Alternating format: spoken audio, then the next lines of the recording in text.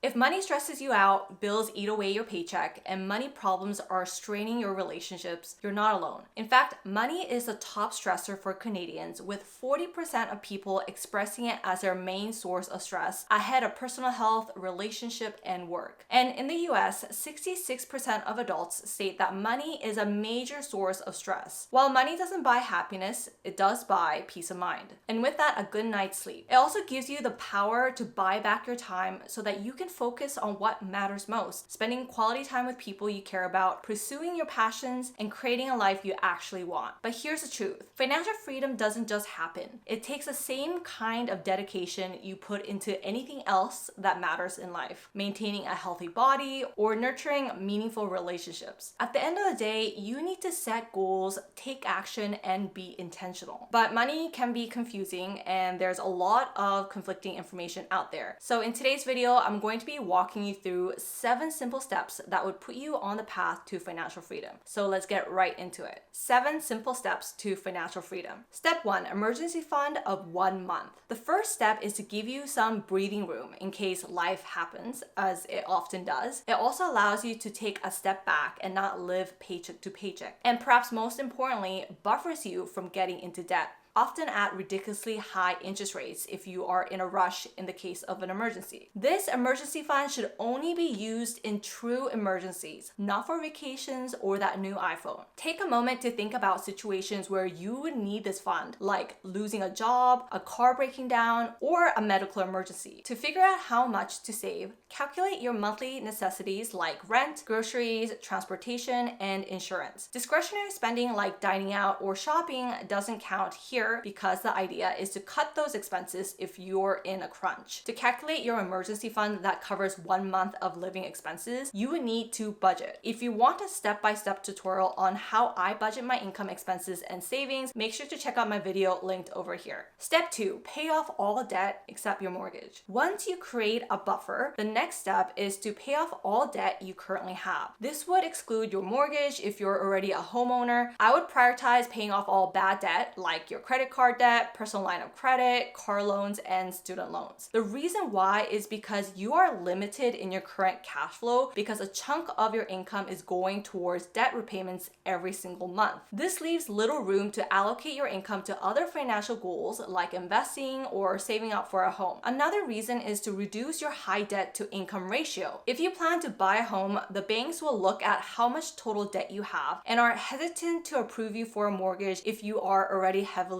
leveraged. Another reason is to build up your credit score. By prioritizing repaying your debt, you'll build good credit that you are reliable for bigger commitments like a mortgage. Personally, I paid off all my student loans and was completely debt-free before purchasing my first real estate property. I found the key is focusing on one financial goal at a time, completing each step in the right order, and then building a solid financial foundation. Think of it like building a house. You wouldn't start putting up the walls or installing the roof before you lay a strong foundation, right? Without a solid base, everything you build on top will eventually crack and crumble. The same goes for your finances. If you don't handle the basics first, like managing your debt or saving up an emergency fund, any progress you make could easily collapse when life throws you a curveball. And if you want practical steps to pay off your debt fast, I have just a video for you that you can check out over here. Step 3, fully funded emergency fund of 3 to 6 months. Once you have paid off all your debt, you want to make sure that you're never in that position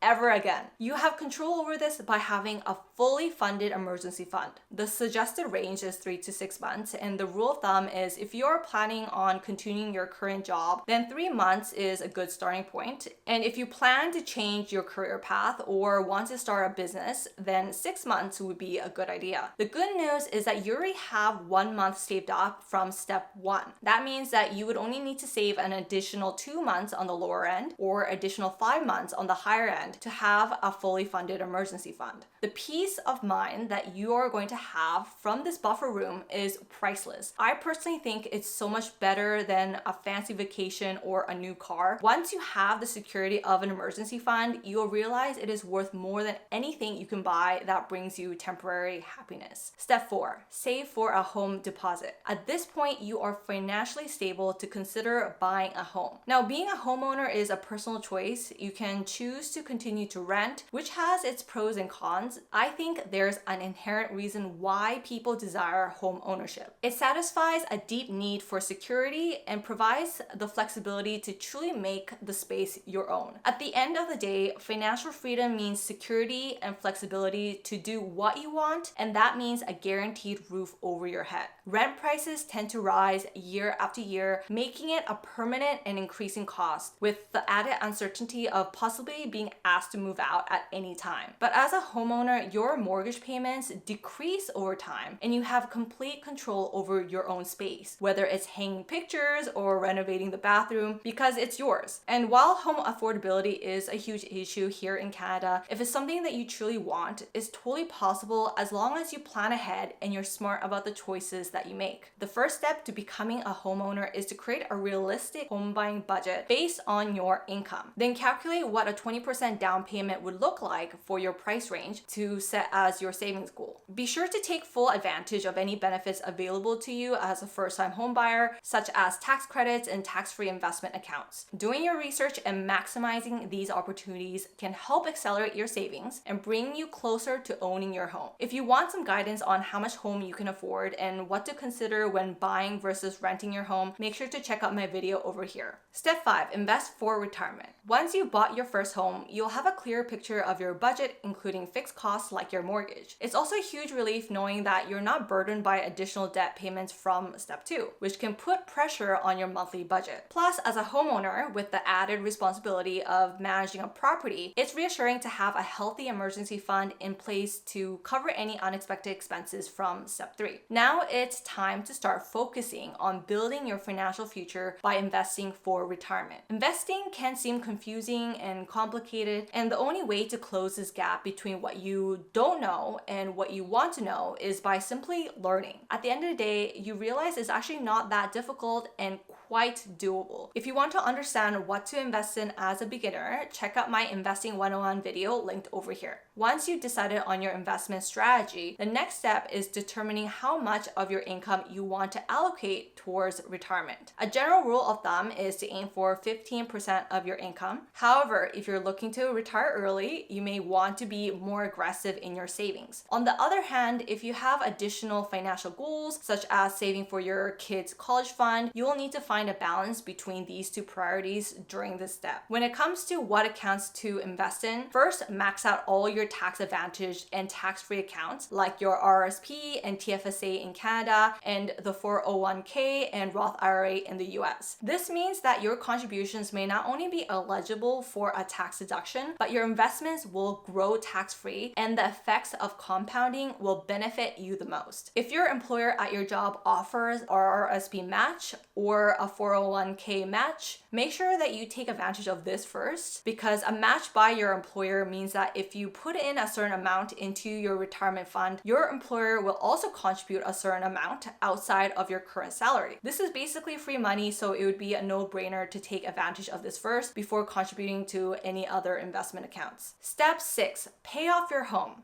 At this stage, you've paid off all your consumer debt, built a healthy emergency fund, become a homeowner, and started investing for your retirement. Now that you're in a solid financial position, it's time to focus on paying off your home to fast track your retirement. Can you imagine the day you no longer need to make any mortgage payments or worry about paying for rent? You might wonder, why not prioritize paying off your home earlier? The answer lies in two key concepts: diversification and the power of compounding. Paying off your home too soon ties up all your savings into one illiquid asset, which limits your financial flexibility. Diversification helps spread your risk, increases your flexibility, and reduces your dependence on a single asset. On the other hand, investing in the stock market offers liquidity and allows you access to your investments more easily while fully benefiting from compounding returns over time. Compounding maximizes your returns, accelerates your savings, and takes advantage of exponential growth as time works in your favor. By balancing these two strategies, you can grow your net worth and accelerate your path to retirement. Ultimately, it's about finding the right balance between paying off your home and growing your retirement fund. If you want to learn more about how much you need to save for retirement or whether it's better to pay off your mortgage early or invest, make sure to check out my video linked over here. Step 7, fully fund your retirement fund. The last step in the 7 steps to financial freedom is to work towards a fully funded retirement fund. This means that you have enough money so that you don't need to work another day in your life if you don't want to. There are different levels of retirement. You can have a smaller nest egg because you're able to maintain lower expenses and you want to retire earlier, or you can have a larger nest egg if you want to have a more comfortable, luxurious retirement. It would depend on how big the nest egg has to be and how much you're able to save and invest. If you want to learn how to retire in 5 easy steps, I have just a video for you linked over here. So those are the 7 steps to financial freedom. The key is to focus on one goal at a time and complete each step in the right order in order to build a solid financial foundation. This approach keeps you focused and helps you eliminate the distractions that can pull you in different directions. As Gary Keller says in his popular book, The One Thing, success is about doing the right thing, not about doing everything right. Extraordinary results are directly determined by how narrow you can make your focus. If this video provided you with some clarity on your journey to financial freedom, please give it a big thumbs up and consider subscribing for more content like this. I'm nearing 100,000 subscribers and your support would truly mean the world to me. Thank you so much for watching today, and I'll see you guys in my next video. Bye!